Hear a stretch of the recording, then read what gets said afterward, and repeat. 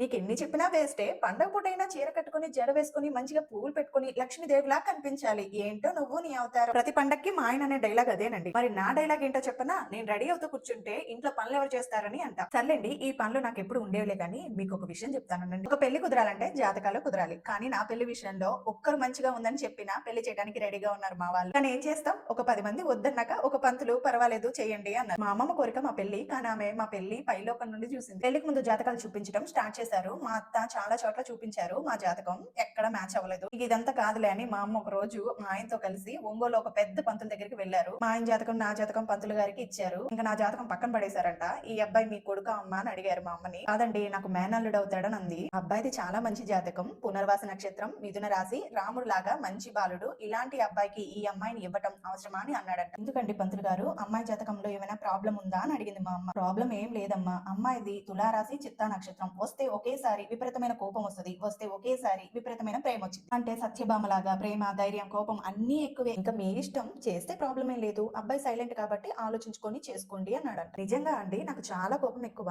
అర్థం చేసుకోను. కానీ నాకు పెళ్ళైన 1 సంవత్సరం దాకానే నేను అలా ఉండేదాన్ని. అని మా ఆయన చూసి చాలా మారిపోయా. కోపం ఉన్న చోట పక్కకు వెళ్ళిపోవాలి, గొడవ అయ్యే చోట మౌనంగా ఉండాలి, ప్రేమగా ఉన్న చోట అర్థం చేసుకోవాలి. ఇలా ఈ మూడిటిని నా మైండ్ లో పెట్టుకున్నా. చాలా వరకు అదే ఫాలో అవుతా. ఎప్పుడో ఒకసారి 1-2 సార్లు మాత్రమే నా నిజ స్వరూపం అంటే నా కోపం బయటకు వచ్చింది. 5 మినిట్స్ దాకా. అది కూడా జాతకాలు నమ్మచ్చో లేదో కానీ మాకు జాతకంలో చెప్పింది ఏంటంటే వీళ్ళ లైఫ్ లో ఎక్కువగా గొడవలు అవుతా ఉంటాయి అని అన్నారు. గొడవలు అనేది మనం అర్థం చేసుకునే దాన్ని బట్టి ఉంటది. జాతకాలేమో కానీ రాసులను బట్టి వాళ్ళ బిహేవియర్ రాశికి తగ్గట్టే ఉంటారండి. అందుకే మిథున్ రాశి వారు హస్బెండ్ గా గానీ వైఫ్ గా గానీ వస్తే వాళ్ళు మాత్రం ఎంత ప్రేమగా ఉంటారంటే పర్సనల్ ఎక్స్పీరియన్స్ తో చెప్తున్నా. అవతల మనిషి ఎలాంటి వారైనా మారిపోతారు. మా పిల్లల డ్రెస్సెస్ బాగున్నాయి అన్నారు కదా, ఎవరు కుట్టారో చెప్పలేదు కదా. నా ఫ్రెండ్ జోష్న కుట్టింది. ఇలా మోడల్ గా స్టిచ్ చేసే ఫ్రెండ్ కనుక దొరికితే పండక్కి మోడల్ డ్రెస్సెస్ అప్పుడు నాలుగు పాడైపోతే పాడైపోయి కానీ నేను బొబ్బట్లు పంపిస్తున్నా తినండి అని జోష్న ఫోన్ చేసింది. ర్యాపిడో బుక్ చేసేలా పంపించింది బొబ్బట్లు.